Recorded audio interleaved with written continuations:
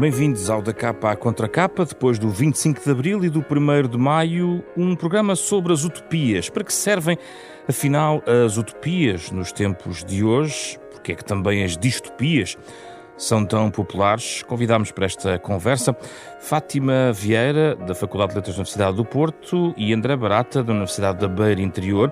Ambos têm estudado esta matéria e vão ajudar-nos a perceber, afinal, como lidamos com as utopias em Portugal e no mundo.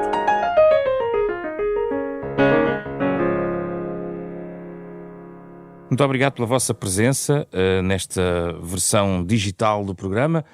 Estamos em 3 estúdios separados, mas unidos pela reflexão sobre as utopias. Fátima Vieira, comece por si, agradecendo a sua presença. É um gosto. Antes de mais, acho que é importante também explicarmos o que é que entendemos por utopia, porque a utopia é algo que nós projetamos, imaginamos de uma forma, imaginária ou não, ou é o próprio caminho para chegarmos a esse algo que nós imaginamos? Eu diria que é ambas as coisas. Nós temos que pensar, em primeiro lugar, na raiz do nosso pensamento utópico ocidental e temos que remontar à utopia, à primeira utopia que foi publicada, que foi escrita por Thomas More em 1516 e que tem a ver exatamente com a descoberta de que há uma alternativa. Não é? Portanto, saídos da cosmovisão medieval, em que Deus estava no centro do mundo e o ser humano tinha que se conformar com o seu destino, chegamos com o pensamento humanista no Renascimento a esta descoberta de que, através da razão, somos capazes de construir um destino diferente. E, portanto, esta grande descoberta que se concretiza no século XVI, eu diria que se estende até aos nossos dias e tem a ver exatamente com esta liberdade que nós temos, eu diria mais que liberdade, necessidade que nós temos de imaginar alternativas e de, entretanto, ir encontrando caminhos para as concretizar. A minha questão, André Barata, é se nós, hoje em dia, nas nossas sociedades, estamos desligados face às utopias mais do que em tempos anteriores. De certa forma, as utopias morrem com a passagem dos séculos ou permanecem vivas para sempre? Muitas das utopias se reverteram em distopias. A Margaret Atwood, que é bastante famosa por aquela distopia, não é, que tanto nós seguiu nas televisões, a Handmaid's Tale, o Conto da Aia, dizia qualquer coisa como isto, precisamente, que toda a distopia contém uma utopia e vice-versa. E esta crítica é importante. No entanto, nós temos que viver com utopias, não é? A utopia é, de facto, esse lugar que não existe, mas que nessa suspensão da sua inexistência, de alguma maneira liberta o pensamento e a imaginação para conceber um lugar que inspira e orienta a nossa ação. E sem isso nós não vivemos com projeto, não vivemos com futuro, não vivemos com alternativas, como dizia agora a Fátima Vieira. Não é? Agora, no nosso tempo, e ainda a sua pergunta, no nosso tempo, neste tempo que estamos a viver atualmente, eu diria que não vivemos tanto uma utopia nem uma distopia, mas eu diria assim, uma atopia, ou seja, vamos lá explicar isso. Um tempo em que se rarefazem as ideias de lugar, de haver lugar. Não é? A própria ideia de lugar está rarefeita, está-se a esbater. E lutar por uma utopia é, hoje em dia, lutar, digamos, redobradamente pela possibilidade de um lugar onde possamos imaginar um futuro. E eu penso que essa é a grande luta enfim, para um pensamento utópico no século XXI, já depois de todas as críticas feitas às modernidades e aos fins das utopias, para, digamos, fazer ressurgir a ideia de utopia, é a ideia modesta de... A primeira das utopias é a utopia de haver um lugar. Podermos fazer lugares, habitar lugares, é muito ecológica. É a ideia de podermos voltar a ter uma diversidade de lugares habitados onde podemos estar e estar bem. E isso é algo que está em cima da mesa todos os dias no nosso, enfim, no nosso cotidiano, em que justamente parece-me que essas condições de possibilidade dos lugares estão a desaparecer. Fátima Vieira, ciclicamente as utopias são retomadas? Também a mesma questão, porque, aliás, a Fátima tem este trabalho de mapeamento, digamos assim, das utopias. Sim, então, na linha daquilo que disse ainda agora o André Barata, as utopias não morrem, eu acho. Aliás, o que morrem são as receitas para se conseguir uma sociedade melhor. E há uma distinção muito interessante que é feita pelo professor Adalberto Dias de Carvalho sobre a questão do ideal, os conceitos de ideal e de idealização, partindo de Deleuze. Mas a idealização, do ideal é sempre aquilo que nós colocamos no nosso horizonte, a ideia de sociedade que nós queremos alcançar. E depois há diferentes idealizações que se concretizam em projetos, em fórmulas, em estratégias para chegar a esse ideal. E essas idealizações é que vão morrendo.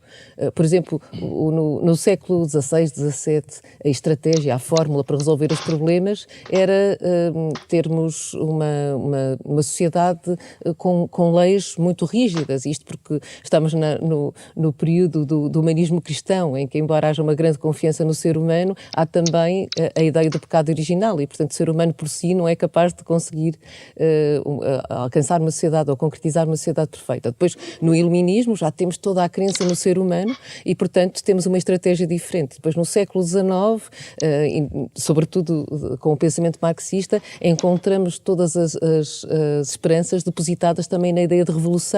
Depois, no século XX, é que se foram realmente perdendo as estratégias, porque no princípio do século XX vemos a distopia, o pensamento distópico a predominar, mas eu diria que nós hoje temos uma outra utopia muito, muito viva. Acontece é que aparece com outro rótulo. Nós não dizemos que é utopia, mas quando nós falamos da questão de sustentabilidade, por exemplo, e dizemos que temos que ter uma sociedade sustentável, essa é, sem dúvida, também uma forma de dizermos que precisamos de pensamento utópico. Não há uma tentação também de hierarquizar as utopias a que podemos eventualmente aspirar? Da sustentabilidade podemos falar agora, mas, por exemplo, falou do século XX, é o século onde os povos do mundo se unem para assinar uma declaração de direitos que tem um conjunto de aspirações que só por si é uma carta para séculos nesta matéria. Exatamente, eu diria que neste sentido a utopia, ou a Europa como utopia, está cada vez, particularmente não é, do pós-guerra, e estou a falar-me também ao projeto de construção europeia, a Europa como utopia está cada vez mais por concretizar e, portanto, será também um caminho a fazer. Mas eu, quando há pouco falei do sistema do conceito de sustentabilidade, é porque o conceito de sustentabilidade é em si um conceito muito complexo, não é? Nós costumamos falar dos 3 pilares da sustentabilidade económica, social, ambiental, agora mais recentemente tem-se falado também da sustentabilidade cultural, mas a verdade, como ainda há pouco li num texto assinado pelo professor Carlos Costa, da Faculdade de Engenharia, a palavra sustentabilidade acaba por incluir todos estes pilares, portanto, todos estes, os 3 ou os 4 pilares, se contarmos agora com a cultura, da sustentabilidade, na verdade, têm relações entre si e são interdependentes. E, portanto, neste sentido, eu acho que podemos dizer que é a utopia que hoje nós estamos hoje a perfilhar e a tentar concretizar através de um sistema complexo. Mas deixe-me só dizer que agora estava a falar se nós não hierarquizamos. Eu acho que é exatamente típico da nossa sociedade esta ideia de que há diferentes estratégias e que convivem entre si. Eu estava a referir-me sobretudo àquilo que hoje se fala na área de estudos sobre o espaço, esta ideia de que nós hoje o que temos são várias soluções ou vários espaços que experimentam soluções diferentes, mas que se justapõem, que se sobrepõem, e todas essas estratégias para concretizar o ideal utópico, ou seja, todas essas idealizações, se agora quisermos voltar àquela distinção entre ideal e idealização, todas elas são válidas e vão-nos ajudando a concretizar e a fazer caminho. E, portanto, hoje vivemos num momento em que realmente não há hierarquizações, poderá parecer que há até algum caos, mas é muito importante porque nós também já não vivemos num pensamento que aponta num sentido único, não é? Como acontecia, por exemplo, no século XIX, não é? Portanto, é típico da nossa sociedade exatamente este caos, mas que tem a ver com a complexidade da própria sociedade. André Barata, e É relevante para a manutenção, digamos, de utopias, ferramentas que vivem do imediato e da arrumação em categorias, como, por exemplo, todo o pensamento e toda a estruturação das sociedades em torno da digitalização, onde as ideias têm tags e onde o imediato se sobrepõe muitas vezes a pensamentos utópicos? Pois bem, esse é um aspecto muito importante, de facto, em que, digamos, de novo, as condições de possibilidade de um pensamento utópico estão em dificuldades. Estão Se ameaçadas, viver, André Barata?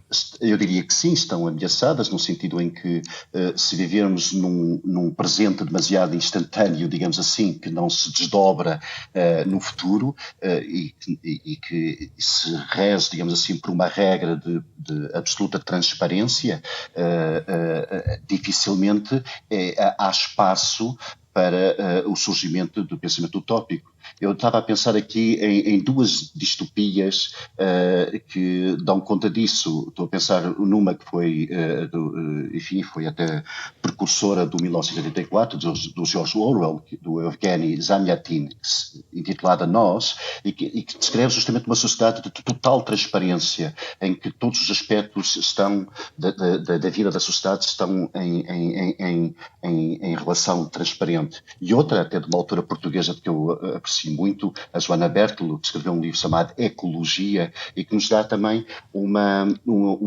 descrição de uma distopia da linguagem, que as próprias palavras passam a ser, no mundo digital, totalmente controladas e mercadorizadas. Cada uso da palavra, estas palavras que eu estou a usar neste momento, seriam mercadorizadas, teriam um valor e eu teria que pagar pelo uso das palavras. Ora, num mundo em que vamos viver, este tipo de condições, naturalmente pensadas distopicamente, estão de alguma maneira presentes. Vivemos num tempo demasiado instantâneo, que não se deixa desdobrar em futuros, nem se deixa dobrar, digamos assim, em opacidades, que é uma coisa importante. O espaço do opaco, da emoção, da espessura da matéria, dos sentimentos, não é? Dos afetos, tudo isso vai sendo, digamos assim, racionalizado numa rede de determinismo e que, naturalmente, faz com que seja extremamente difícil, digamos, nós constituirmos como sujeitos, sujeitos de utopias. E, de certo modo, como há pouco falava de utopias, também temos aqui um outro aspecto onde sentimos essa perda, de facto, da capacidade de fazer utopia. E parece-me, portanto, que, sem dúvida, tudo o que se possa fazer no sentido de restaurar, digamos assim, os direitos da imaginação, no fundo é isto, da imaginação racional, que é imaginar ilhas ou planetas, como fizeram o Thomas Mann, o Francis Bacon, ou o Daniel Defoe, ou a Ursula Le Guin, não é? Com os planetas, enfim, que são lugares que podem não ser o futuro, podem ser lugares ao lado, digamos assim, onde concebemos como podemos viver juntos, como respondemos à pergunta como vamos viver juntos, nós humanos, mas também nós outros seres, nós ecossistemas, não é? Como vamos viver juntos de forma integrada, no fundo, enfim, é o caminho indispensável do pensamento utópico. E ele de alguma maneira também se faz, deixe-me só introduzir este conceito, Sim. Que é um conceito que é importante a meu ver, é o conceito de heterotopia, que é um conceito também um pouco mais modesto e que tenta encontrar nos lugares em que nós habitamos. Às vezes não é necessário ir para uma ilha distante, que é o esquema habitual de construção de uma utopia. Às vezes basta olhar para o que se passa na esquina ao lado do prédio onde nós vivemos. Heterotopias é isso mesmo, é quando um espaço e um tempo se reorganizam de uma maneira diferente, desfuncionalizam-se e refuncionalizam-se de uma maneira diferente para serem qualquer coisa liberta, digamos assim, da opressão, enfim, em que vamos vivendo. Eu estou a pensar, por exemplo, em espaços que são ocupados, por exemplo, pelos skaters, não é? Nos cantos dos edifícios públicos, das escadarias dos edifícios públicos e que restabelecem um outro ritmo e uma convivialidade de um estar que não é todo o da vida completamente controlada e dominada, digamos assim, pela tirania do tempo e pela tirania enfim, do controle digital que se vai instalando nas nossas vidas, não é? E, portanto, eu acho que é muito interessante também pensar estas outras formas de, digamos, de fazer florescer, acabámos de vir do 25 de Abril, não é? Florescer como flores que saem de vegetação, enfim, selvagem, não é? Papoilas, assim, espaços de utopia. Fátima Vieira, o mundo e a reflexão e a ação no domínio virtual, seja digital ou de outra forma, serve mais a utopia do que as distopias, ou estamos ainda muito marcados pelo que lemos de Orwell e da natureza distópica de algumas destas reflexões?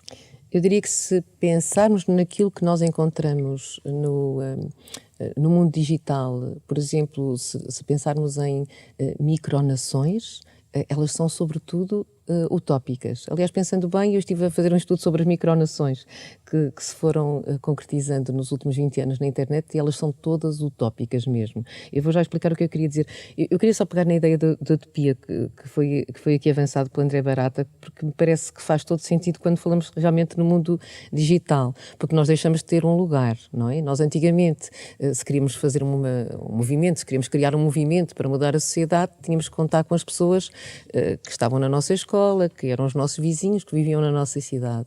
E neste momento aquilo que nós temos é o mundo digital como o lugar que nos une, mas que na verdade está em lugar nenhum. Mas é um lugar de utopia ou de distopia? Mas é um lugar maioritariamente. Sim, eu diria que é um lugar de utopia porque é um lugar de encontro para ativistas.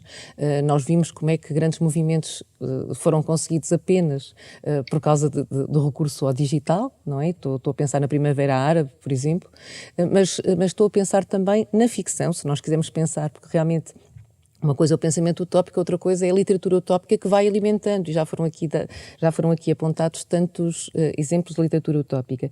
E realmente há um tipo de ficção que nós encontramos na internet, que nós chamamos, na área de estudos sobre utopia, hiperutopias, são utopias que são no fundo, histórias que nos são oferecidas através de hiperligações e que nós vamos conhecendo, mas para além disso, há aquilo que normalmente chamamos as micronações, há inclusivamente associações de micronações. No fundo, são pessoas que estão descontentes com o mundo tal como o conhecem e então partilham os seus problemas e as suas preocupações com outras pessoas e imaginam outras possibilidades. Portanto, se nós formos ver a internet, escrevermos micronações, vamos ver como teremos centenas de resultados.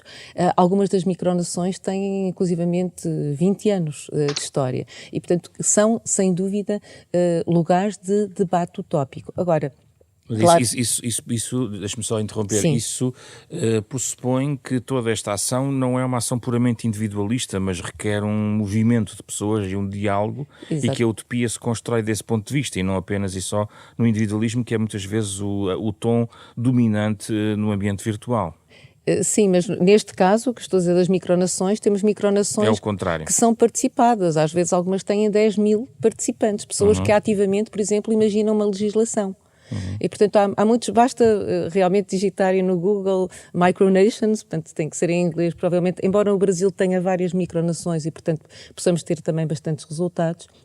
Mas realmente e as utopias estiveram próximas de se concretizar, em algumas dessas virtuais? Aí é que está, nós hoje falamos hoje eu estava a pensar, o Renato Janino Ribeiro, que é um antigo ministro da Educação do Brasil, costuma dizer que nós hoje lidamos com as pequenas utopias. Então, há pequenas utopias que realmente nós podemos concretizar todos os dias, não é? Por exemplo, diga lá.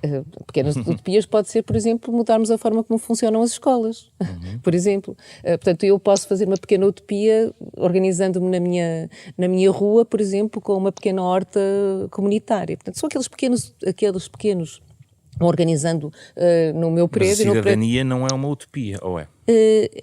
Há pouco também estava a dizer que a utopia também era um caminho. Sim, eu diria que a cidadania é um caminho, é sem dúvida o caminho para concretizarmos a utopia, sobretudo o respeito pelo outro, não é? E a curiosidade pelo outro e a descoberta pelo outro. Há pouco o André Barata falou também deste tema e que me parece muito importante, não é?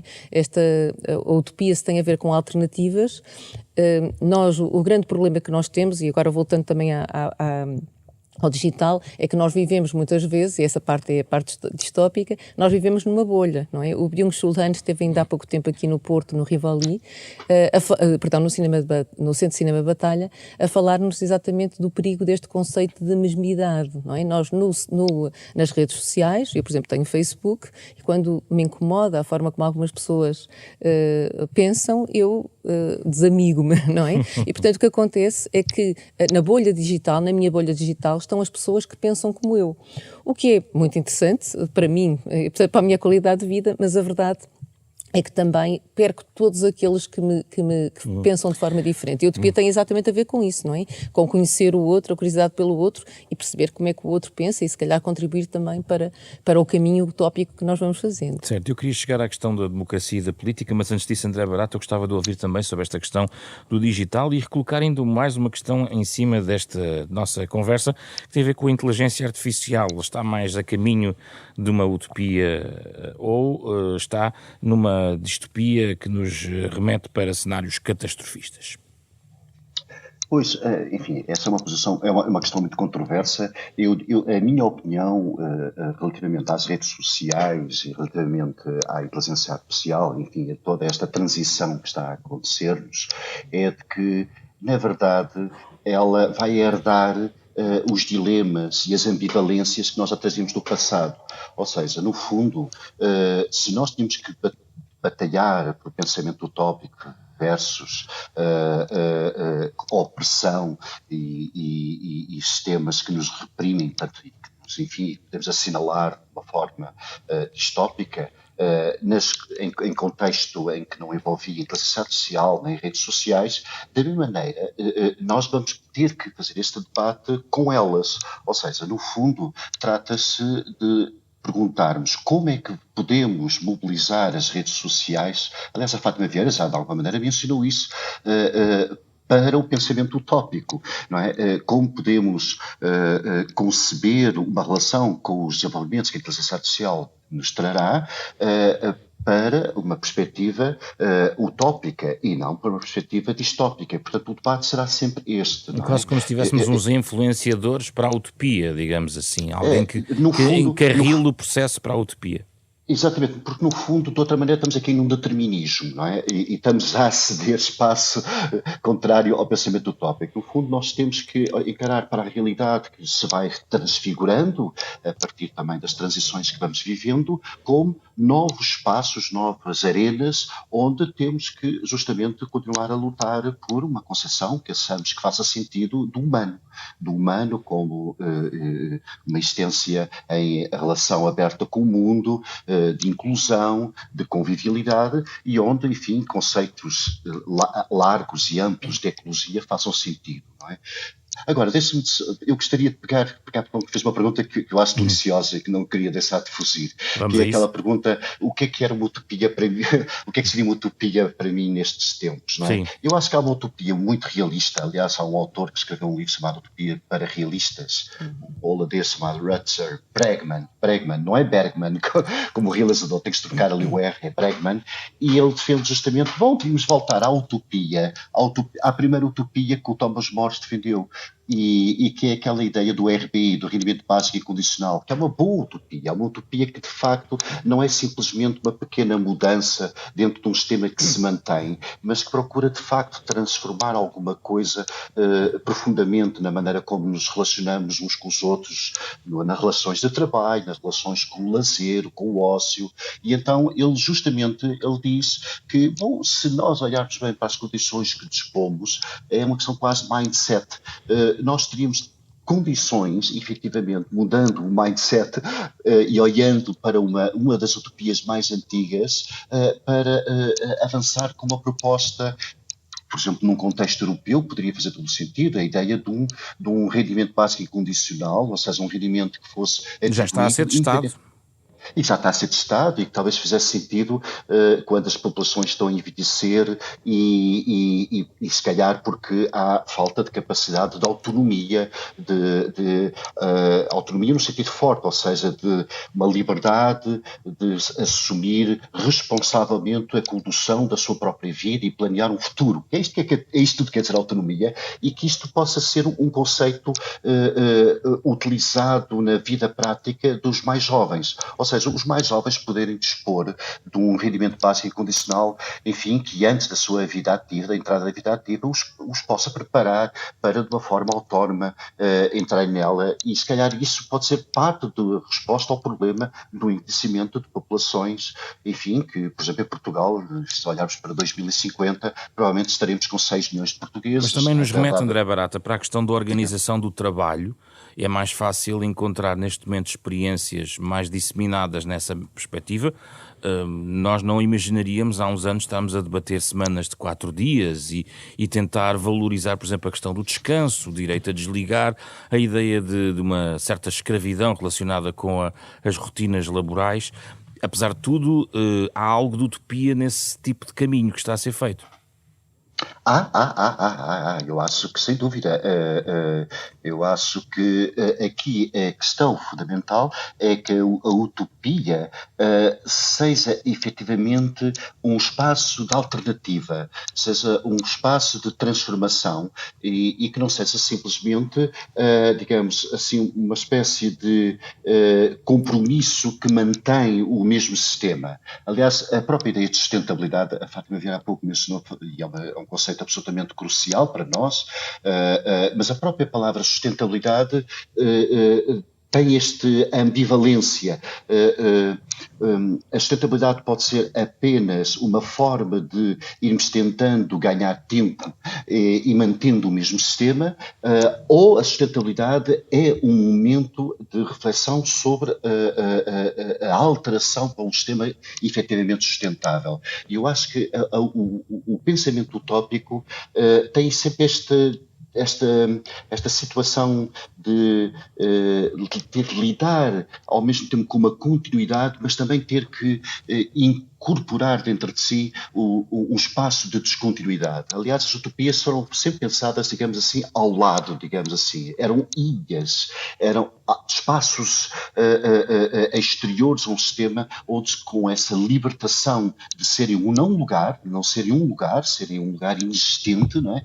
Esse estar fora do lugar, poderem recriar um lugar, e é esta possibilidade de trazer realmente a diferença, digamos assim, imaginar o impossível e trazê-lo para dentro do possível, este passo de dança, digamos assim, que o pensamento utópico consegue fazer, que é preciso manter, não é? E naturalmente, isto que diz, por exemplo, a redução da jornada de trabalho para menos horas, ou as experiências que têm sido feitas já de rendimento básico e condicional em vários países, na Finlândia, no Canadá, houve um referendo na Suíça. Na verdade, elas são muito emergentes, mas ao mesmo tempo, se reparar, nas páginas da utopia de há 500 anos, não é? De Thomas More, lá de 1516, já lá estava. O que é muito impressionante também pensar como o pensamento utópico, apesar enfim, da sua volatilidade, digamos assim, não é? Porque não está ligado, digamos assim, ao realismo, não é? À praticabilidade do pensamento económico, não é? Ele tem uma constância muito interessante, não é? E que é tão constante, digamos assim, quanto aquilo que a gente infelizmente vai encontrando nas distopias. Vamos desaguando muito na questão, também já num plano mais político. Fátima Vieira falou-se ao longo de nos últimos anos, décadas até, de algum fim das ideologias, sendo que, eventualmente, as ideologias, na perspectiva mais benigna, têm utopias por base, em alguma perspectiva. O pragmatismo tem sido uma nota dominante, até na crítica em relação à sociedade que temos hoje em dia. Vê este caminho como um caminho fatal no sentido em que é inexorável, ou vê noutra perspectiva sinais de que as utopias podem estar de regresso também a este campo da ação política desempenhada de uma forma mais e menos organizada? Eu vou já responder essa questão, eu prometo, só que entretanto o André Barata tocou tantos assuntos importantes, eu posso só dar algumas notas, permite-me isso? Em relação à ideia de sustentabilidade, ele tem toda a razão, o próprio conceito de sustentabilidade tem que ser repensado e na área de estudos sobre utopia nós agora já nem falamos de desenvolvimento sustentável, falamos de desenvolvimento regenerativo. Esta ideia de que o ser humano, claro que prejudicou o planeta, mas ao longo de toda a sua história o ser humano tem tido também a capacidade de regenerar e, portanto, aquilo que é, há pouco perguntava-me se a sustentabilidade é uma utopia, eu diria que o desenvolvimento regenerativo, esse sim é que é uma utopia. No fundo, na ideia de que nós não queremos apenas manter a sociedade tal como a temos, e queremos é regenerar e torná-la também mais forte. Mas esse exemplo da modificação até dos termos significa que vamos apurando também as próprias utopias, não é? Exatamente. Já falamos noutro termo quando falamos da mesma coisa. Exatamente. Os rótulos são muito importantes porque realmente nos vão dando alguma coisa, dando-nos caminho. E já agora, há pouco também, o André estava a falar do RBI, que eu perfilho também como utopia. Nós estivemos aqui no Porto durante 2 anos, em debate em Valongo, temos um projeto que se chama Valongo Cidade Utópica, e estivemos exatamente em debate com os estudantes das escolas das vantagens ou desvantagens do RBI. Mas e depois aquilo que ainda há pouco o André Barata estava a dizer, de que quem nos diria que estaríamos agora a debater a semana de 4 horas, de trabalho de 4 horas, mas realmente a história da nossa civilização nos últimos séculos tem sido a história de utopias concretizadas no domínio do trabalho, no domínio dos direitos humanos, as conquistas todas que fizemos na saúde, na educação, tudo aquilo que anteriormente era considerado como uma utopia acabou por se concretizar e hoje não pensamos nisso, não é? Na raiz do próprio pensamento utópico. E sobre a política e o pragmatismo e o fim das ideologias? Sim, então sobre a política, eu começava por falar um bocadinho ao lado, mas vai ver que vou lá ter. Há um livro que para mim se tornou uma referência, que é para uma teoria da democracia complexa, ou uma teoria da democracia complexa do Daniel Innerarity. E o que o Daniel Innerarity diz é que nós muitas vezes dizemos que já não vivemos numa sociedade democrática ou não conseguimos compreender a democracia, porque estamos sempre tendo como referente a forma como o conceito de democracia foi definido no século XIX. E, portanto, uma das grandes utopias, eventualmente, a democracia. Exatamente, mas o que acontece é que nós estamos a utilizar instrumentos teóricos do século XIX para compreendermos o século XXI e temos que perceber que nós nos organizamos hoje de forma diferente. E, portanto, nós não devemos estar hoje à procura de uma utopia, apenas de uma utopia, não é? E dizer, acabaram as utopias porque nós já não temos realmente, já não temos a grande utopia que nós encontramos no século XIX, até mesmo se procurarmos na literatura utópica, tínhamos apenas uma direção que nos era oferecida como a direção por excelência. Nós hoje o que encontramos são muitas utopias polarizadas. E há pouco o André Barata estava a falar das heterotopias. Nós encontramos hoje muitas heterotopias. Em Portugal temos muitas comunidades autossustentáveis que se organizam de forma completamente autónoma, experimentando estratégias para o futuro. Estou a pensar numa com grande significado, por exemplo, que se encontra ali perto de Relíquias, no Alentejo, e que se chama Tamera. E, portanto, nós encontramos já estas pequenas tentativas de concretização. Eu não diria que realmente o conceito de utopia e ideologia andam sempre a par, não é? Porque, como disse há pouco, na base... Ou idealismo. Não, mas se estivermos a falar de ideologia, o que acontece, eu estou a pensar na distinção que é feita pelo Mannheim e depois também pelo Paul Ricoeur, esta ideia de que a ideologia é o pensamento que está estabelecido e a utopia é aquilo que contraria e que um dia, se calhar, se vai tornar também ideologia. Eu acho que nós estamos sempre com novas ideias a despontar. Às vezes parece que não temos alternativas, mas isso também tem a ver com um discurso muito pessimista e tem a ver, sobretudo, com um discurso muito simplista. Um dos grandes autores também que para mim é referência é o Edgar Morin. E o Edgar Morin, que é o grande teórico de pensamento complexo, diz que nós só conseguimos realmente compreender a sociedade e encontrar vias para mudar a sociedade se recorrermos ao pensamento complexo e também àquilo que ele chamava os operadores de complexidade. E o primeiro tem a ver com o operador dialógico, que é pôr a conversar ou juntar aquilo que normalmente está separado. Depois, um outro operador é o operador recursivo, que é fazer com que, normalmente nós fazemos com que, falamos na lógica, não é causa-consequência, fazer com que a consequência opere sobre a causa. E aqui, neste segundo operador, é que eu acho que encontramos a utopia. O pensamento da utopia, o pensamento utópico, é um pensamento que é perspectivo e não é extrapolativo. O grande problema, mesmo a nível político, da organização das sociedades, é que nós hoje habituamos-nos a pensar: eu tenho estes instrumentos ao meu dispor, como é que eu os posso utilizar de forma eficaz para melhorar a sociedade? O pensamento utópico não é extrapolativo, é prospectivo, no sentido de que parte sempre a pergunta inaugural é: o que é que eu quero? O que é que eu desejo? O que é que eu tenho cada como vez visão? mais assim, Fátima Vieira? Eu diria que há sociedades onde é cada vez mais assim. Por exemplo, eu fiz um estudo comparativo quando tivemos em 2016 e estávamos a festejar os 500 anos da Utopia. Eu fiz um estudo comparativo entre os acontecimentos, os eventos que foram organizados em diferentes países para comemorar os 500 anos da Utopia. E, por exemplo, cheguei à conclusão de que em Inglaterra os eventos eram todos em torno da literatura e da filosofia, propriamente dita. Em França, por exemplo, eu diria que 80% dos eventos eram todos ativistas e, portanto, encontrávamos utopias já ligadas à realidade. E, portanto, aquele conceito com que nós trabalhamos hoje, muito na área de estudo sobre a utopia, é exatamente algo que parece um contrassenso, mas que são utopias pragmáticas, não é? São estas utopias realistas, como há pouco estava a dizer, mas é isso, e eu diria que isso está a agraçar. Por outro lado, todo o combate climático tem a ver com, é uma utopia, e nós encontramos toda uma geração a lutar por uma nova forma de olhar e por uma nova forma de agir. Portanto, eu acho que o pensamento utópico que acaba vai fazendo o seu caminho. Vai fazendo o seu caminho por trás daquilo que nós muitas vezes chamamos de contestações, não é? São outros rótulos e o que nós temos é que saber desvendar esses rótulos. Vamos ouvir André Barata sobre isto. Eu tomei nota, além da utopia pragmática, digamos assim, a utopias polarizadas. Também falou Fátima Vieira sobre este tópico. André Barata, gostava de ouvir sobre este tema das ideologias e das utopias. Eu, em grande medida, estou de acordo com tudo o que a Fátima Vieira disse.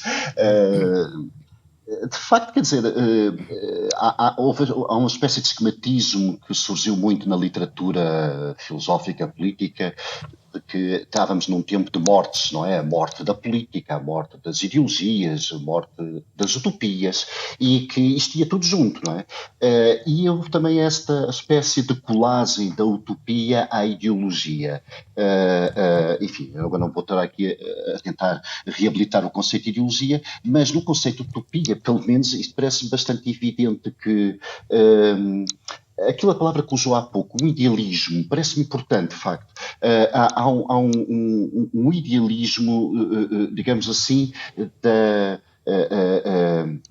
enfim, da maneira como queremos viver juntos, como concebemos estar em convívio, e que esta pergunta sobre como queremos viver juntos é uma pergunta, aliás, famosa, estou farto de usar sem ensinar o autor, que é o Roland Barthes, não é? que pergunta-se como vamos viver juntos.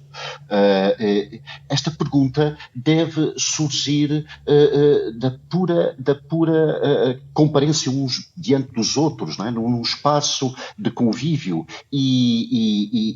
mas justamente num quadro de pensamento único, em que, enfim, ainda há poucos anos atrás, tínhamos aquele slogan, não é? There is no alternative, não é? Em que o determinismo se vai colocando. A ideia, por exemplo, de uma epistocracia, há pouco falou da democracia. O que é a ideia de epistocracia, que significa, de certo modo, que a democracia já não é o melhor sistema para nos governarmos, porque a governação é tão complexa que é preciso pessoas que saibam dela. E então defende-se, entre alguns autores, que se deve trocar a democracia progressivamente, ou de uma forma mais radical, por um sistema epistocrático. Pois bem, ou pela distopia autocrática, digamos assim, também. Que no fundo vai dar ao mesmo, não é? Mas que no fundo, o que vai acontecendo é que o espaço, digamos assim, em que comparecemos um diante dos outros, de uma forma em que ainda somos soberanos do nosso tempo, Isso significa que somos soberanos da capacidade de projetarmos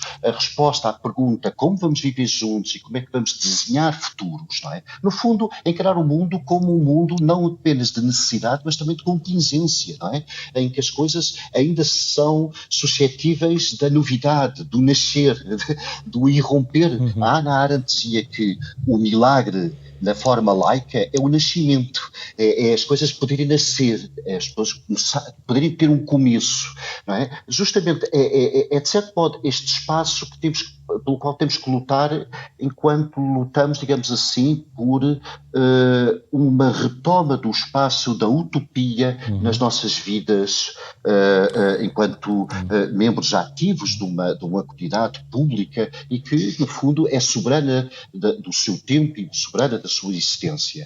E eu diria que muito daquilo que a Fátima Vieira disse relativamente a formas que têm irrompido parece bastante evidente, não é? E é importante sublinhá-las e acarinhá-las e digamos, dar-lhes espaço, mas é preciso ver que são, em grande medida, contra-sistema, não é? O sistema que temos instalado, digamos assim, é um sistema, eu sei que a palavra sistema é uma palavra pesada, mas que está a ser dita com esse peso todo, de facto. O sistema é um sistema que tende a oprimir, no sentido de justamente reduzir a temporalidade ao momento presente, reduzir todos os espaços de opacidade a espaços de transparência, reduzir todos os espaços, digamos assim, onde a confiança uns nos outros é substituída por desconfiança e por isso temos que tudo ter que ser escrutinado, não é? E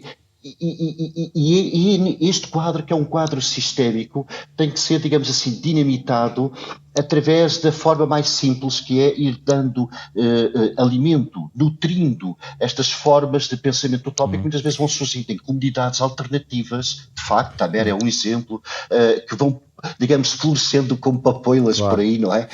E também nos espaços urbanos e também no apoio, digamos, ao inconformismo das greves climáticas. Deixe-me dizer que muito daquilo que está a ser dito em defesa de um reencorajar do pensamento utópico está justamente em linha, digamos assim, com uma rejeição da ideia de um conformismo, não é? De um conformismo que nos, digamos, nos vá desguarnecendo enquanto sujeitos ativos e soberanos do seu tempo. Vamos fechar aqui só com uma provocação, o que, digamos, para académicos poderia ser uma hipótese, a ideia, Fátima Vieira, existem utopias portuguesas ou é uma contradição nos termos devido à natureza transnacional, líquida, fluida, sem fronteiras da própria ideia de utopia? É uma provocação para fechar o programa. Existem utopias literárias portuguesas, sim, eu diria que sim, nesse sentido. A utopia, se pensarmos nas utopias literárias portuguesas, eu lembraria, por exemplo, a Utopia 3 do Pina Martins, que vai retomar a utopia de Thomas More e nos vai mostrar algo que é essencial, que é percebermos que não podemos pensar pelos olhos de Thomas More, onde questões como aquelas que hoje nós enfrentamos já não encontram resposta, logicamente. Mas, portanto, existem utopias literárias portuguesas, mas eu diria que hoje nós cada vez mais pensamos a nível do local, não é? Portanto, o global e o local. E, portanto, não podemos deixar de pensar nos nossos problemas portugueses sempre no contexto de problemas mais vastos. E neste sentido, sem dúvida alguma, que a utopia portuguesa se inscreve também no grande problema cultural que hoje vive a Europa. Mas se me está a dizer que isto é mesmo para fechar, posso só dar uma nota antes de fechar? Sim. Duas. Uma que me esqueci de falar, que é, há líderes agora, há pessoas que realmente nos inspiram e que têm tido uma série de atividades muito importantes. Estou a lembrar-me, por exemplo, da Margaret Atwood, que ainda recentemente ofereceu não, porque tínhamos que pagar, mas tinha na internet, disponibilizou um curso sobre utopias práticas. E esse curso reuniu online milhares de pessoas de todo o mundo e aquilo que nós fazíamos nas reuniões é pensar como é que poderíamos resolver um a um todos os problemas que nós enfrentamos. E, portanto, é mais uma vez um exemplo de como o espaço da internet pode ser um espaço também de ativismo e de mudança. Mas uma última nota que eu queria deixar é que eu acho que é importante dizermos que as utopias são necessárias e que as utopias nos responsabilizam, porque a utopia tem a ver com a enunciação de alternativas, a procura de alternativas. E quando nós sabemos que há alternativas e que estão ali à espera que nós as procuremos, somos responsabilizados se optarmos por não as procurarmos e se decidirmos ficar como estamos. André Barata, e a Portugalidade, que também tem merecido a sua atenção, onde é que entra na utopia?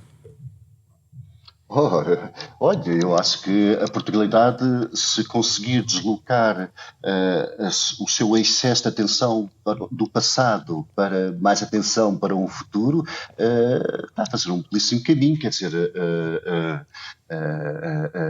enfim, mas isso agora seria todo um outro debate. Eu sei, não posso abrir esse debate. A representação do país muitas vezes é demasiado marcada, digamos assim, pelo seu passado e precisa muitas vezes abrir como uma escuta atenta para as manifestações pelas quais... Mas é um país que tem sido alimentado por utopias ao longo da sua história? Muito alimentado? Eu acho que sim, houve bastantes utopias. O país nunca foi insensível às utopias. Aliás, a utopia de Thomas More, a personagem da utopia é um português, não é? De Thomas More, é o Rafael, e sim, o pensamento utópico esteve muito presente. Quer dizer, eu acho que as utopias, e a Fátima Vieira mencionou isso mesmo, a utopia é sempre uma construção da razão e da imaginação. E a razão produz monstros, como dizia o Goya, não é? Portanto, é preciso sempre que a utopia seja acompanhada de uma atenta vigilância. O que eu penso que é importante, e aí eu acho que Portugal também pode dar o seu contributo, é pensar a utopia de uma maneira também diferente. A história das utopias também vai fazer com que as utopias se tornem enquadradas num quadro de pensamento diferente. A utopia que nós hoje precisamos já não é aquela utopia racionalista, positivista, não é? E que no fundo era um caminho, no fundo não era uma pluralidade de perspectivas, não era uma diversidade. A utopia que nós precisamos hoje é muito mais do que uma que seja a condução para o futuro de um projeto de racionalidade que perfeitamente orientada e já determinada à partida, e que no fundo é aquilo que está muito na crítica, por exemplo, de um John Gray, quando fala da morte da utopia, que diz que a utopia, no fundo, é uma forma laica de falar da própria desenvolvimento da religião, não é? Que acabaria nos últimos dias, e portanto com uma espécie de apocalipse. Em vez de pensar nesses termos, que no fundo é a utopia como unidirecional, pensarmos nas utopias, digamos assim, como, digamos, uma ecologia de maneiras de ver o mundo, não é? Uma diversidade de mundos. Imagina, aquela ideia de ilha, que eu acho que é muito poderosa, que está muito presente em muitas das utopias. A ideia de ilha, imagina que um arquipélago de ilhas, o planeta está cheio de ilhas culturais, de ilhas com história, não é? Ainda há pouco estávamos a conversar, eu e a Fátima Vieira, sobre os povos indígenas, não é? Pois bem, os povos indígenas têm visões do mundo, não é? Têm modos de responder à pergunta como viver juntos e como viver com os elementos tão diferentes. Eu acho que hoje o que podemos todos fazer, e acho que em Portugal, enfim, revisitando e ressignificando as suas noções de Portugalidade e a sua relação com o mundo, o que pode fazer é pensar-se justamente como um espaço de caixa de ressonância e de acolhimento de utopias na plural, não é? Espaços de significação de modos de estar no mundo, e acho que é esse o caminho, quer dizer, enfim. Foi uma boa conversa que deixamos aqui também para os nossos ouvintes poderem escutar de novo nas plataformas digitais através do formato podcast. Obrigado, Fátima Vieira e André Barata. Obrigado. Os nossos convidados, obrigado, falámos sobre as utopias, para que servem afinal as utopias neste momento e no passado e no futuro. Um programa da Renascença em parceria com a Fundação Francisco Manuel dos Santos, da capa à contracapa, com o genérico original do pianista Mário Lajinha. Fizeram o programa esta semana Paulo Teixeira, André Peralta, Ana Marta Domingos e José Pedro Frazão. Na próxima semana, outro tema para a nossa conversa.